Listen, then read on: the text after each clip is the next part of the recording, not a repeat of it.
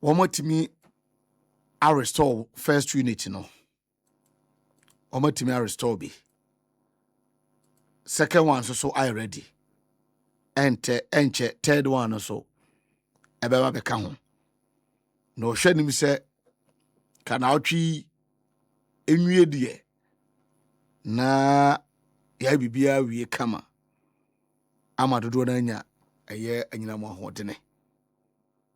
Na eba no transformer overloaded transformers ne so a papa no amfa time la bia nton wo hwe wo mo timetable for that exercise na more first 3 months program we are another 6 months dey oho so ebe iti into even next year ni nyina no ese ni o maso ano ne yi no ana ne yefom ne no omutimi so ano e na ochina amaba America se yensan ko anim ho. Okay, sir. Yes. Then please add a second one to it. So go ahead. That after 2024, the ACJ had a lot of debts. Please, can we know the person responsible for it? Responsible for what? For the debts. The debts. Debt after 2024. Well, I'm not too sure whether. Anyway, the minister will do his best to answer. All right. Hanan, but you've been here. Oh, just one more. Minister, just recently when the Iran US war happened, government intervened to cushion Ghanaians. In the face of this, are we to expect that you would intervene to ensure that Ghanaians have respite because lights are going out? People will have to buy fuel to power their generation and all that. Are you considering that? Thank you. All right, thank you.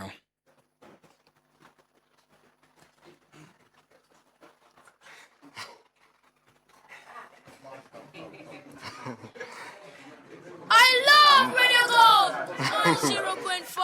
I'm Reverend Edie of GNA. My question is Ghana going nuclear in terms of power production? And when will the vendor be selected to start the nuclear project in Ghana? Okay. Thank you. So you are talking about alternative sources of power generation. Yes. All right. Komla, please go. So just like you called my name, I work at TV3.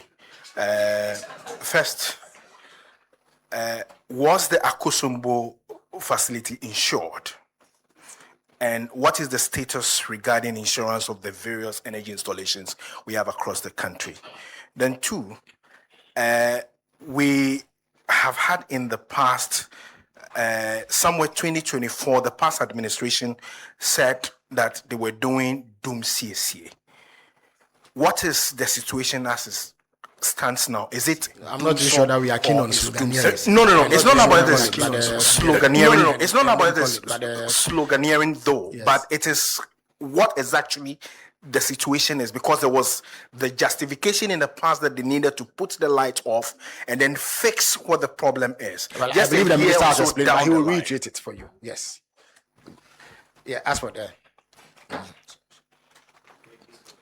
All right, thank you very much, Mr. Minister. My name is Patrick Casford Boyd, Radio Good. Briefly, I just want to find out, until recently, when we engaged or the country has started experiencing this energy crisis, the people of Water Region and Uti have been complaining about low currents. If you'll be able to let us know what is the situation now. And also want to find out, even though rehash about the reload or the load shedding, I just want to know the communication strategy that the ministry has in terms of educating the public on this current situation. Thank you very much. And I might add on behalf of the people of Ashanti that the minister reiterates the specific problem in Ashanti and what is being done to address it, because the issue of water has come up. Yes. Good afternoon. Akosia, you have the floor. I am Akosia Otri. I work with Ghana's most reputable brand, City FM.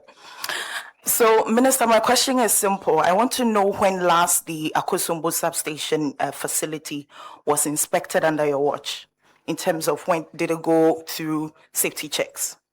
All right, thank you. So, Max, I'll give you the last word for this round. Do we have any other questions? Okay, all right. Yeah, so we'll take a third round because it's a special session Yeah. today, yes. So the minister mentioned that some units are back on stream. I want to find out, what percentage of the 1,000 megawatts that they lost, what does it represent? The units that he are back mentioned on it, stream but now, he'll repeat it. how many megawatts of what we lost All right. is now back? He said it Thank already, you. but we'll repeat it for your benefits. So let's take this. Is there any other, please? Okay, so this. Okay, you can come back. So you will be the last person now for today. All right. All right, so my name is Belinda Nankwansa. With Wezo TV. Now, I'd want to ask the minister, given the scale of current disruptions, what is the realistic timeline for full restoration of stable, uninterrupted power in our communities? I believe someone asked that question, but it's good that you've emphasized. Because yesterday I had light outs twice. All right. We apologize profusely for that, but the minister would answer your question here. So, Eko, you have the last word. Thank you. Minister, I indulge your waiver to do something upstream because it's all related. We noticed that on the back of the energy transitions and what have you, investments in that sector seem to have suffered or gotten some dwindle. Government said it's going to make the place quite exciting. Which sector are you referring That is the upstream sector. oil and gas sector, Petroleum sector, okay. where government was supposed to give better fiscal regime to encourage more investments. This will translate into more power and what have you, given that we have our second Atuabo plant supposed to be in the offing. What is the update on that? And have we gotten any interest beyond the fact that Lukoil and the rest were all interested in coming back? Can you update us on that? Thank you very much. Because of your organization, I would permit that question. Yes. All right. Love Radio Gold 90.5. Okay. I think the first one was on the debt situation. Like we said, we inherited a debt of about 80 billion cedis. And we've been addressing the debt situation, paying off legacy debt, and also working very hard to pay the IPPs a chunk of what is due them. When we assumed office, the IPPs were paid about 40%. We've taken it to as much as around 90%. In some instances, some even receive 100%. And so there's been remarkable improvement when it comes to the debt. Then cushioning. I have no problem if government cushions people, but we should avoid what happened in the past. And the ECG MD is here. During COVID, you were told that you'll be given free electricity. This government came and we are paying for that so-called free electricity. And so my advice has always been that it's good to provide the people with subsidy. It's good to cushion them, but let's budget for that and make the funds available for that subsidy. Nuclear, we are on that, and we are working very hard. Insurance, I want the investigation to address all the issues of insurance and related matters. And so I do not want to prejudice the issue of insurance. Whether doom CSCA, doom or doom cra or doom so, the first thing is, let's be honest. Look, once in a while we can have challenges, like we are just witnessing. Unpredictable, nobody foresaw it, nobody could tell the magnitude of it. And when you have such a situation, don't try to play tricks with the people. We have a deficit, and we've admitted that because of the fire incident, we have a deficit. I've directed ECG provide periodic updates on regional basis, areas that will be affected every 12 hours, because it's a very short duration. Like I said, we are looking at this week. So you can't do a weekly schedule. And even what you provide a day, it keeps changing because just this afternoon, we've had another plant come on.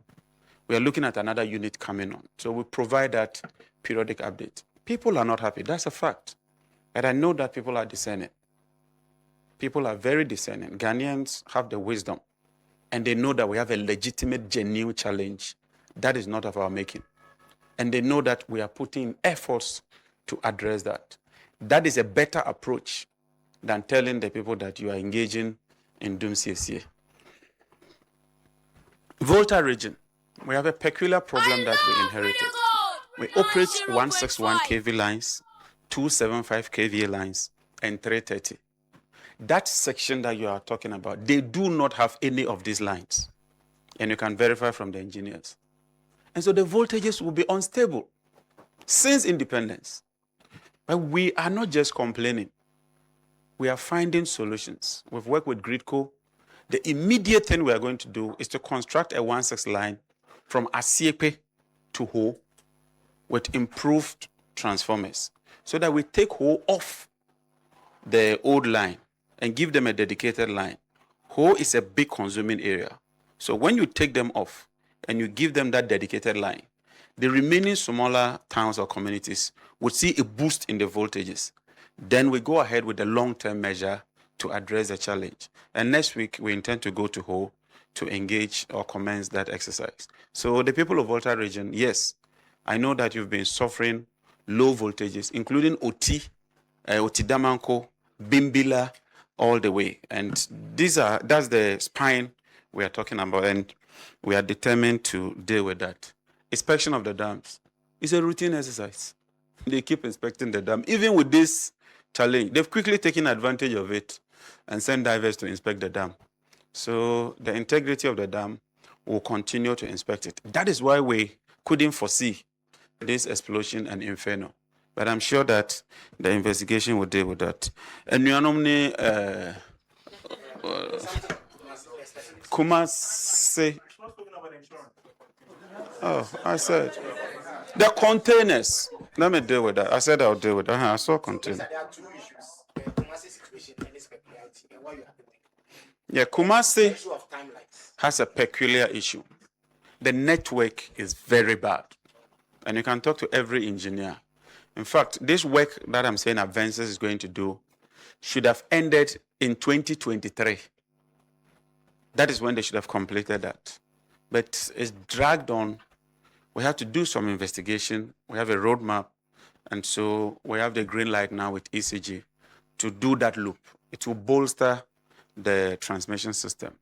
Then the primary distribution point. The one we did at Lashibi, for instance, I was told it's about 32 or so years old. I mean, a 32-year-old plant or generator, 23 years. A 23-year-old, I think one of them too was 32. So a plant that is stayed for 20-something years and with increased consumption and increased demand, it will surely put pressure on it. That's why I said that if you take the rich area in Kumasi, we are completely changing the transformer at the primary distribution station and putting a bigger one to bolster the voltages. We are also going to work with Gridco. They're supposed to close a certain loop, which will also bolster the system. Why maybe some people couldn't do it is that it will involve some minimum outages. But it has to be done. Yes, sometimes when you do these things, it creates some inconvenience. But the cost of postponing it is what we are witnessing today. So when we have to take a decision and improve the system, even if it will cause some temporal unease or some discomfort, we have to do that. It's a necessity. And so after the World Cup, we will do that exercise. We will go to Kumasi and explain to them. And I'm sure that they would appreciate and understand what we are doing. So we place priority on Kumasi. It will never be the case that President Mahama will neglect any part of the country. Because when we do that, we boost economic activity and it helps all of us.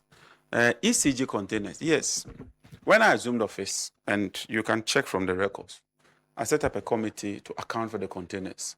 The committee came back to me and said they couldn't account for a certain number of containers. And CTFM, you are here. You can just check your own records. John Jinapor, we will recover ECG missing containers or funds. So my priority first is to recover every single container at the port. In fact, that is what every minister should be doing. In addition to that, I've written to the Attorney General to look into possible criminality and let the law take its course. That's what the wise minister will do. We've recovered 1,569 containers so far. They were stuck there. And yet, ECG was buying the same containers and they were getting stuck there. So my vision to recover the containers remained unchanged.